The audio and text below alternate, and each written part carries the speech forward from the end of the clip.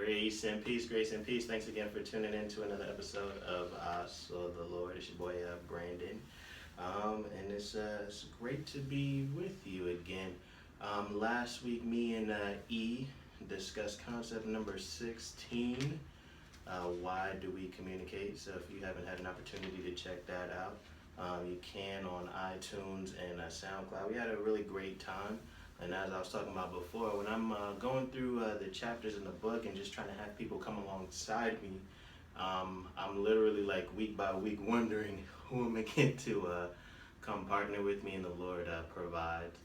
So I'm thankful to E, and we had a really great conversation talking about communicating and how it ultimately points to the gospel.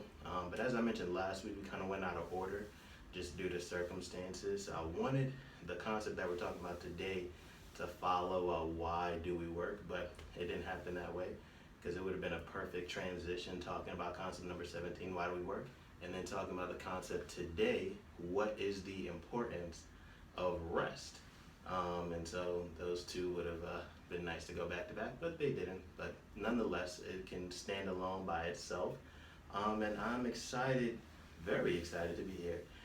Most of the time, almost all the time, I have a special guest, but there is no guest more special than this individual that I have with me today. People would ask me, why don't you get this person to do the podcast with you? And I'd be like, because she's watching my daughter. And so she has an important task, but we maneuvered it, and we're able to put the little one down.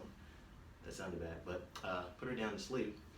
And we're able to record. She's sleeping. She's taking a nap.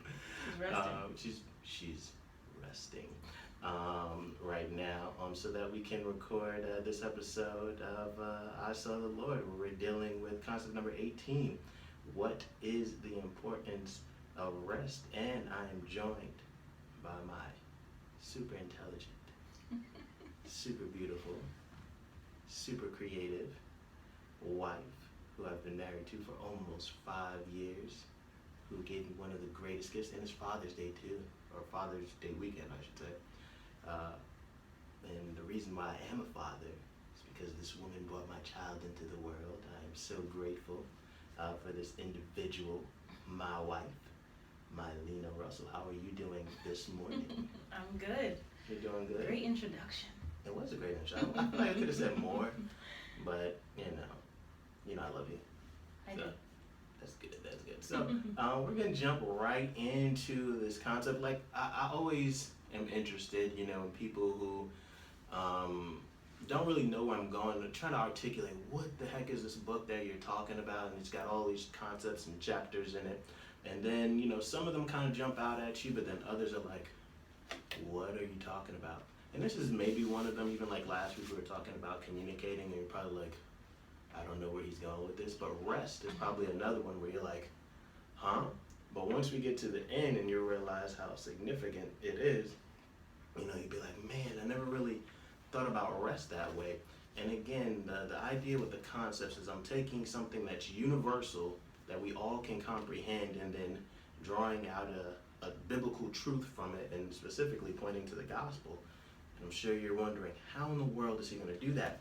And I do that just by making just general observations, just talking about rest, and just looking at it just even from a scientific or a health perspective, that, when just doing my research on this, most healthy adults need 7 to 9 hours of sleep. I know for most that's like impossible to get, but just seeing how sleep is essential to maintaining, proper mental and physical health. When I was researching, I didn't really realize how important it was. Sleep has been linked, or a lack of sleep, I should say, has been linked to depression, suicide, risk-taking behaviors. I didn't realize how, important sleep was, or even when it came to like healing and repairing, heart and blood vessels. Like I know pretty much all of us love our sleep, but I don't know how many of us knew how important it was to our health. So because we would talk about the chapters even before, it became a book, but before even reading this chapter, what were your thoughts on just rest? Like, did you even give it a second thought? It was just like, we just do it. Did you have any thoughts about rest prior to even reading the chapter and how I started, going into it? What were your thoughts prior to even reading this chapter? Well, I know you've always made fun of me because I fall asleep with a drop in the head. But I think that as much as everybody talks about like, oh, I just want a nap and whatever, rest is really not something that, or I guess sleep in general, is not something that I think most adults actually do. I think that when you're busy, that's the first thing that goes. We live in a culture that is run on coffee. You drink coffee to stay up later, and then you wake up and drink coffee so that you can stay up, you know what I mean? It's run on coffee instead of sleep. So I don't think that, even though we hear that statistic of 7 to 9 hours, I don't think that people really, give it a second thought, thinking that it's essential rather than just kind of a luxury I can do with or without type deal. And I think also, well, I've always valued sleep, but I think that because our culture again is so busy doing that, too much sleep is frowned upon too. And it may not even be too much. It might be a regular amount or the recommended amount, but you're seen as lazy, or you're not being as productive as you should because you're not always doing something. No, I thought that was a good point. I never really even considered that, just especially in our American culture, because I'm not a coffee drinker, so that was the furthest from my mind. But I'm probably sure if we looked up like the statistics of how many people like drink coffee, we'd be like, oh my gosh, and we don't realize that it's a drug. We kind of get on people who do all these other drugs, but caffeine is just as bad as all these other drugs, and just staying awake. And I think a lot of times people are drinking coffees because they don't get enough sleep. Because if you did, you would be recharged. And I'm not knocking anybody who drinks coffee, but I think we kind of use it as to supplement sleeping. And it's like, no, if you got a good hour of sleep, you probably wouldn't need like 10 cups of coffee, to stay awake.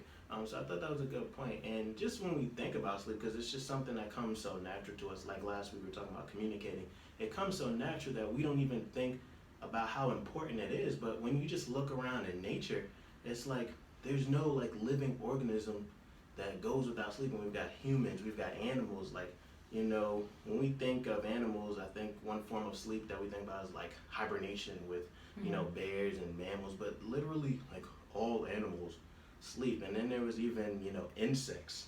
I can't even think about that, like what insects sleep. But it was like there's like a state of rest that they go into, and it's like called tupar. I'm not sure if I'm pronouncing that right, but it's just that it's just intrinsic to nature. It's not just humans, but animals and insects that sleep.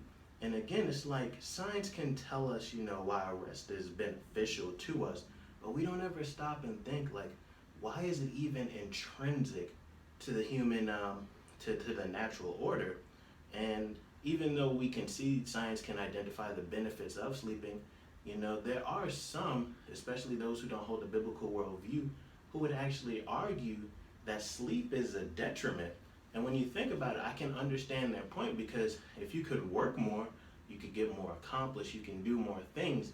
And it's like, why do we even need sleep in the first place? And so I was when I was doing my research, I came across this quote, and I thought it was really good, because a lot of people who discredit a biblical worldview are not as critical of their own worldview. And I found one person who was being critical of an evolutionary worldview, especially one that would see sleep as a detriment. Because like I said, if you could work more, you can make more money, you can do more things, you'd be more productive. And again, in our American culture, it's kind of like frowned upon if you are sleeping. It's work. I gotta do this. Sound like I was singing Rihanna right there. But again, like, it's just ingrained in our society to work, and it's like, it's a good thing, but at the same time, you do need your rest. And so if I'm coming from a evolutionary worldview and not a biblical worldview, I've got to answer why we even need it in the first place, because sometimes it seems like rest is unnecessary. And this one quote, even though it's kind of long, but Hopefully you will get the gist of it. This person says, how did a characteristic that is so deleterious to human existence survive after many years of natural selection? If scientists believe Darwin's theories of evolution is a working model that explains how species evolve, then through logical reasoning, there must be a reason why Mother Nature has not eliminated this deleterious sleeping trait, or else Darwin's theories are incorrect. And just to summarize, the whole point is, if evolution can't explain sleeping, then maybe we ought to start questioning evolution, because there ought to be a reason why we, haven't evolved to stop sleeping, or is there something else to this? And so I was just curious, as someone who does share a biblical worldview, what are your thoughts on the statement being that critical of an evolutionary worldview? Do you think they have a point to like, hey, how can an evolutionary worldview explain sleeping? I don't know if you had any thoughts on that quote, because I thought it was a great quote because it causes us to think critically. Yeah. Well, first of all, what does deleterious mean? I'm using context clues. I haven't looked it up in the dictionary, but I believe it means, like, why is it, it seems almost unnecessary, irrelevant. Like, why, it seemed like, if I can think of it, like your, what was that, appendix. Like, one point, people didn't realize, like, what the point was of your appendix was. And so there's like, why did humans evolve and need an appendix? But they did find out that it has some importance. And so I guess deleterious is kind of going based off that. I should have looked it up, so it's a great question. But I'm thinking it has something to do, like, it doesn't even seem necessary, especially in an evolutionary framework, to sleep. So non-essential is what I would say, going based off context clues. Don't judge me. All right, so it has a point. I'll say that.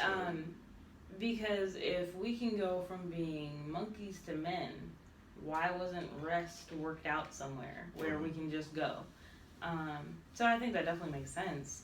But I do wonder if, like, I haven't done any extensive study on evolution. I wonder how they would explain that. Yeah. What the response would be from their point of view. But no, I thought it was good because it forces you to think critically of an evolutionary worldview. And I understand there will be some things that an evolutionist can't explain, like the same thing someone from a biblical worldview can't explain. So I understand that. But again, it's just forcing you to think critically. And like I said, I thought it was an excellent question because it forces the evolutionist to make a choice. We have to either say what? Sleeping is a detriment, or we have to say sleeping is a great benefit. And from doing my researches and studies, I think they're tending to waver on the side that it is a benefit. But the only problem with that is it would give some sort of intelligence to evolution to say that, hey, this was built into how humans were designed to sleep. So it's giving us some sort of evolution, some sort of intelligence, because when I was talking about that quote, it talks about Mother Nature and how we compare, nature to, we like personify nature as a mother. And I always was so intrigued by that, we don't, especially from an evolutionary worldview, we don't come from, an intelligent designer, but yet we personify nature. And so that just seemed kind of contradictory to me. What are your thoughts about people who personify nature, and especially when it's centered around rest? Like, why do we even call, nature a mother? Like, even that just seems kind of, what's the reason behind that? I don't know if you had any thoughts or comments on that, because I think I have an idea why, but I was just curious as your thoughts. Honestly, I've never really thought about it. I think, I guess my immediate thought is that when you think of Mother Nature, it's going to reference the beauty of the earth. But aside from that, I'm not really sure. I don't even know how that started.